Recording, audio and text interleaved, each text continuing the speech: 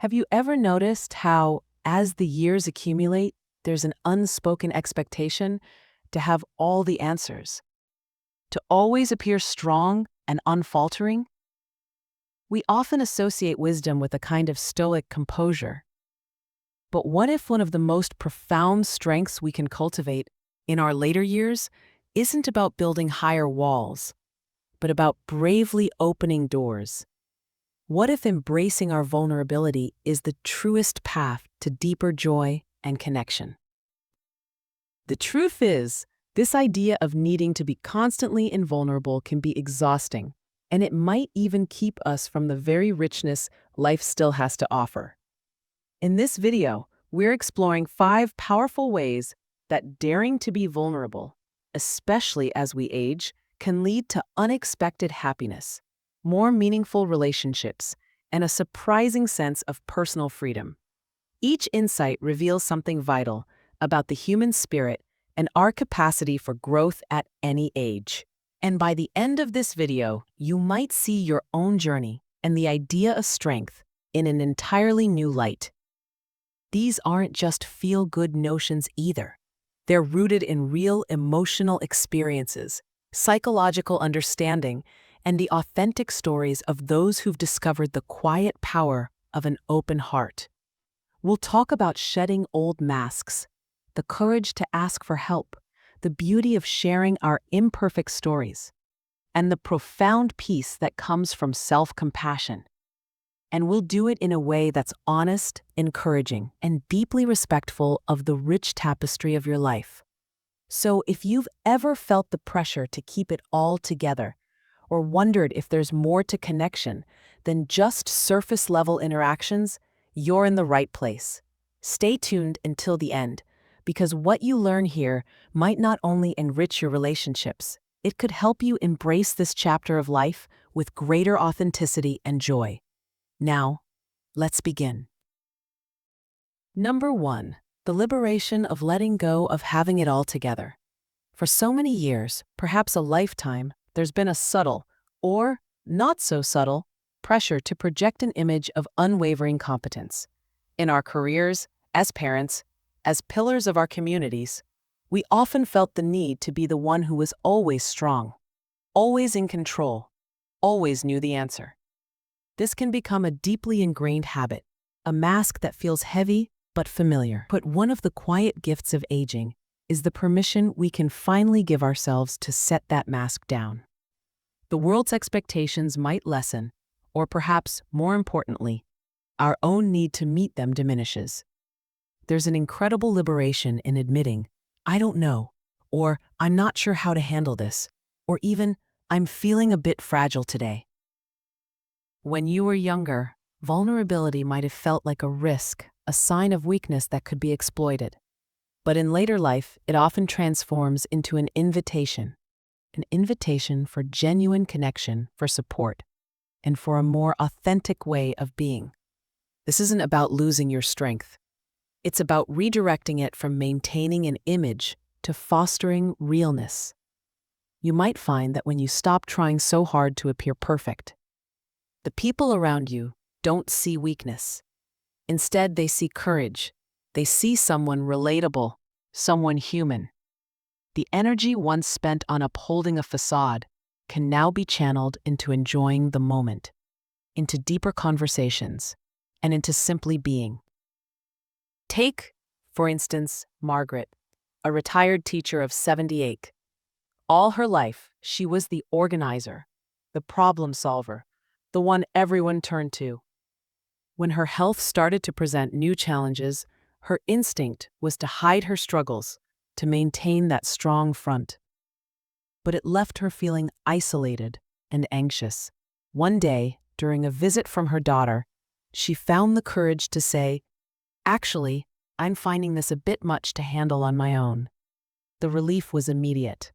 Her daughter, far from being disappointed, felt closer to her mother than ever.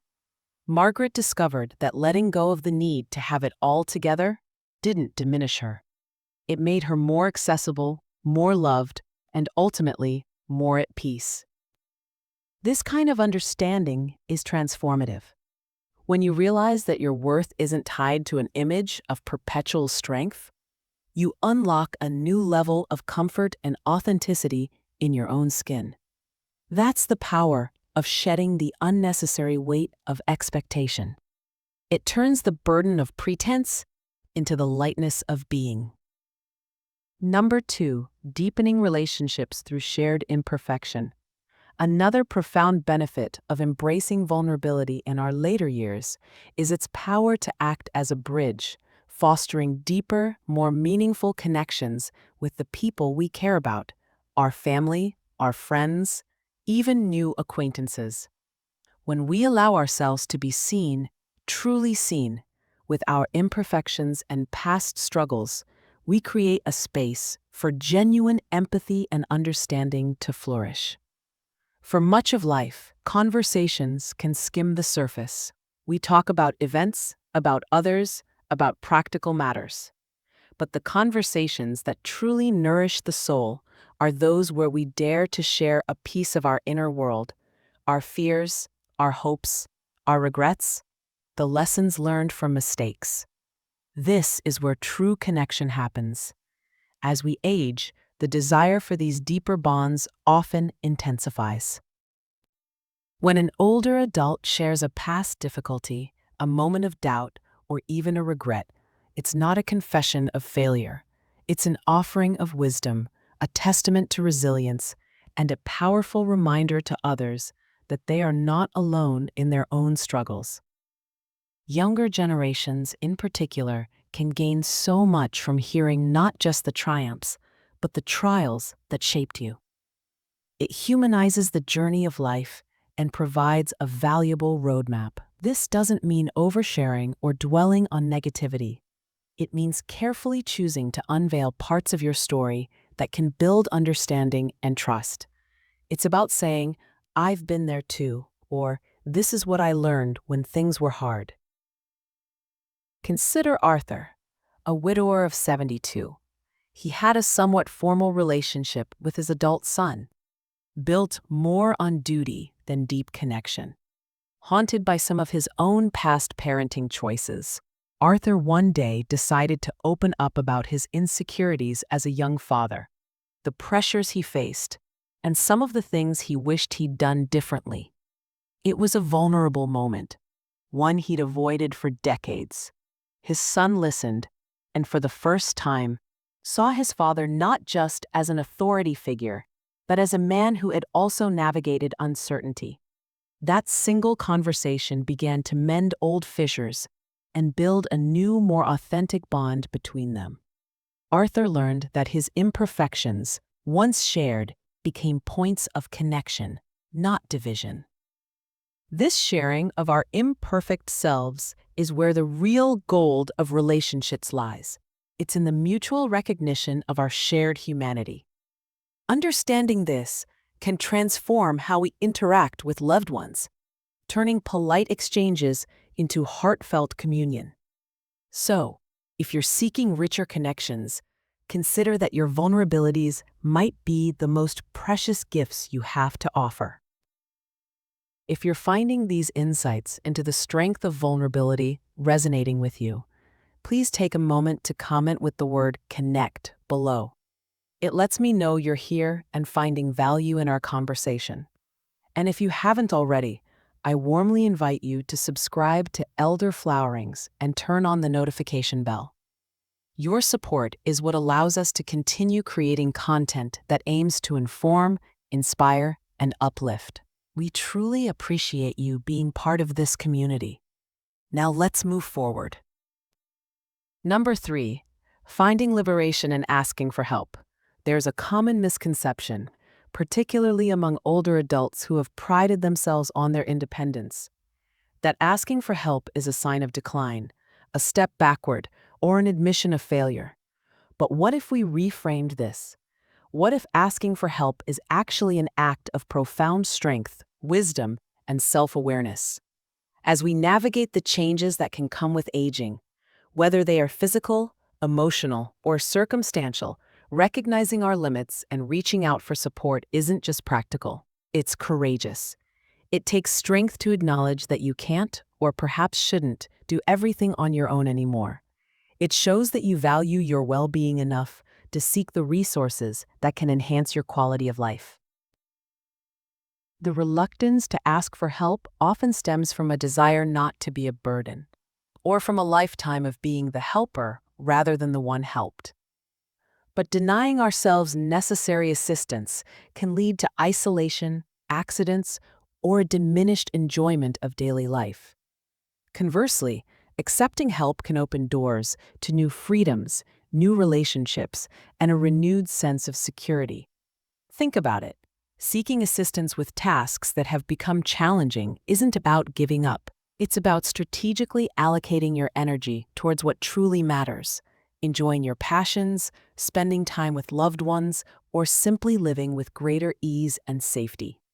Whether it's help with household chores, transportation, managing medications, or even companionship, embracing support can be incredibly liberating. Let's consider Eleanor, who at 81 fiercely valued her independence. She had always been active, but increasing joint pain made her walks in the park, which she cherished, more and more difficult and risky. For months, she resisted the idea of using a walker, seeing it as a symbol of frailty. Her family gently encouraged her. Finally, with some trepidation, she agreed to try one. To her surprise, the walker didn't represent loss. It represented freedom. She could walk further, more safely, and with less pain. She reconnected with her walking group and felt more engaged with life than she had in months. Eleanor realized that asking for and accepting that help wasn't a defeat, but a smart adaptation that enhanced her life. The important shift here is to see asking for help not as a surrender of independence, but as a reclaiming of it in a new form. It's about wisely using the tools and people available to continue living as fully as possible. Waking up to this realization can be a quiet revolution, a gentle acknowledgement that interdependence is just as valuable as independence. Number 4. The power of sharing your life story, warts and all. Each of us carries a vast, intricate library of experiences within us, a lifetime of stories. As we get older, there's often a beautiful opportunity to share this legacy. But true vulnerability in storytelling means going beyond the highlight reel, beyond just the successes and happy memories. It means having the courage to share the struggles, the lessons learned from failures, the moments of doubt, and even the regrets. Sharing your story with authenticity, including the warts and all, doesn't tarnish your legacy. It enriches it. It makes you more relatable, more human, and provides invaluable lessons for those who listen, especially younger generations. When they hear about how you navigated tough times, overcame obstacles, or learned from mistakes, it gives them perspective and courage for their own journeys. This kind of vulnerable storytelling is also a gift to yourself. Articulating your experiences, especially the challenging ones, can be a powerful act of self-acceptance and integration. It's a way of making peace with your past and acknowledging the full spectrum of your life's journey. It says, "This is who I am. This is what I've lived through, and it has all shaped the wisdom I now hold." Think about the difference between a polished biography that only lists achievements and a memoir that delves into the heart of human experience, the struggles, the growth, the messy bits. Which one truly resonates? Which one teaches us more about life? Consider Samuel, a 75-year-old retired engineer. He decided to write his memoirs, initially thinking he'd focus on his career achievements. But as he wrote, he found himself drawn to the more difficult periods: a challenging early marriage, a career setback, the loss of a close friend.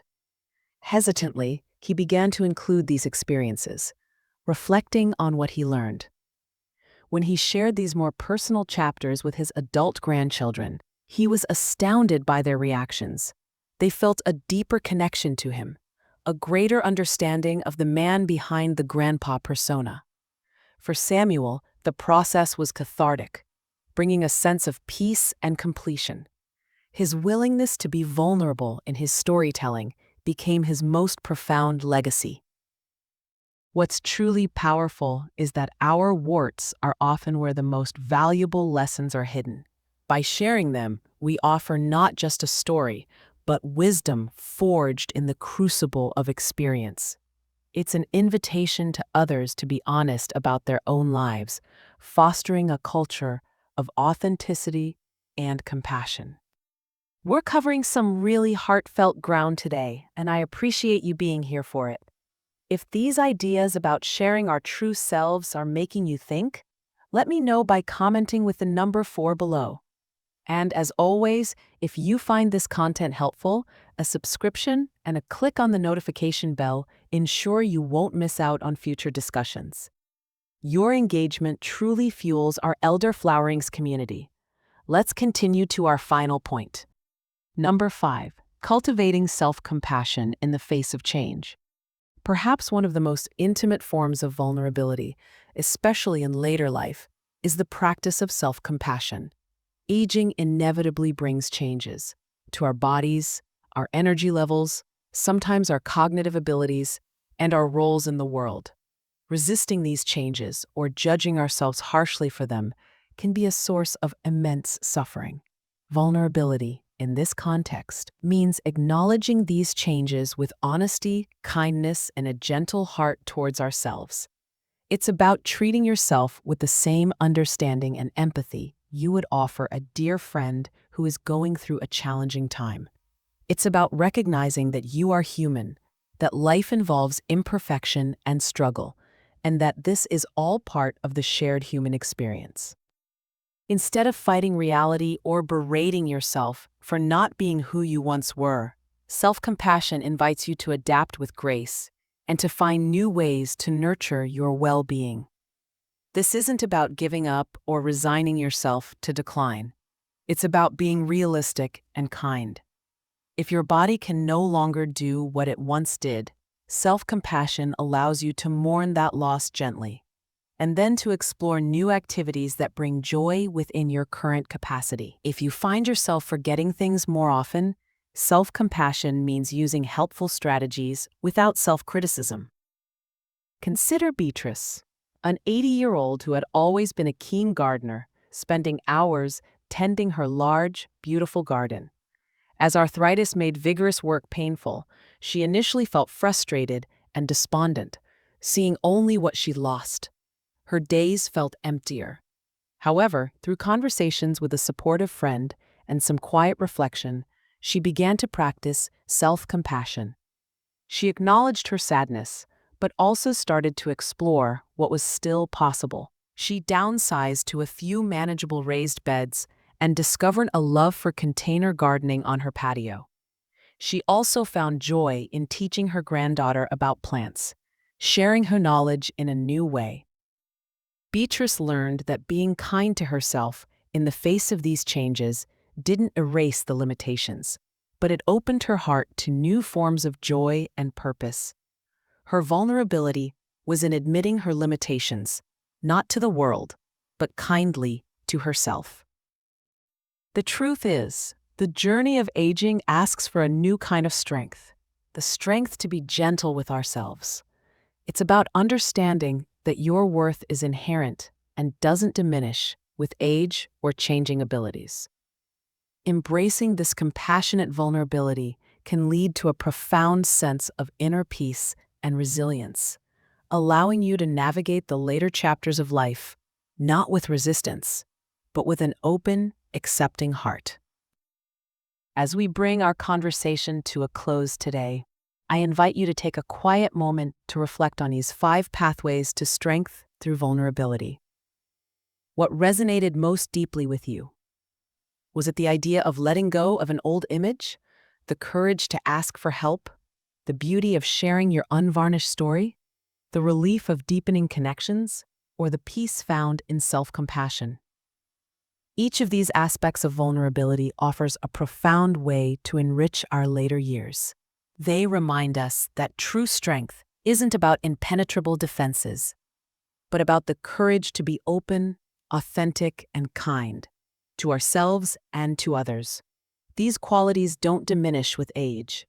In fact, they can blossom more fully as we gain the wisdom of experience. There's a quiet power in understanding that embracing your vulnerability isn't a weakness. It's a testament to your humanity, your capacity for growth, and your willingness to connect authentically. Rather than seeing the challenges of aging as something to battle stoically and alone, you might begin to see them as invitations. Invitations to connect more deeply, to care for yourself more gently, and to share the rich wisdom of your lived experience. You are not alone on this journey. Many before you have walked this path and discovered the profound joy and freedom that comes from an open heart.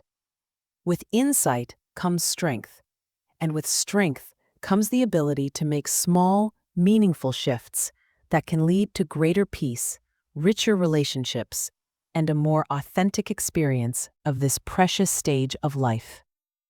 If you've recognized parts of your own journey in our discussion today, know that you are not just aging, you are evolving.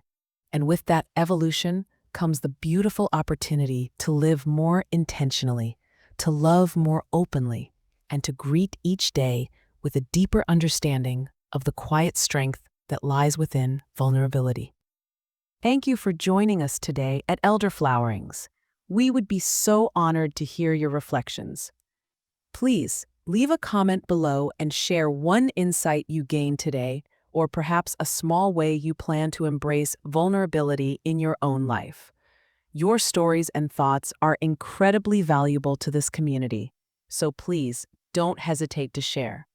Reading your comments truly gives us great motivation and encouragement. If you enjoyed this video and found it helpful, we'd be so grateful if you'd give it a like, subscribe to Elderflowerings, and perhaps share it with someone who might benefit from this message. Your support is what helps us continue creating meaningful content designed to inform, inspire, and uplift. Thanks for watching, and we look forward to sharing more Elderflowerings with you in the next video.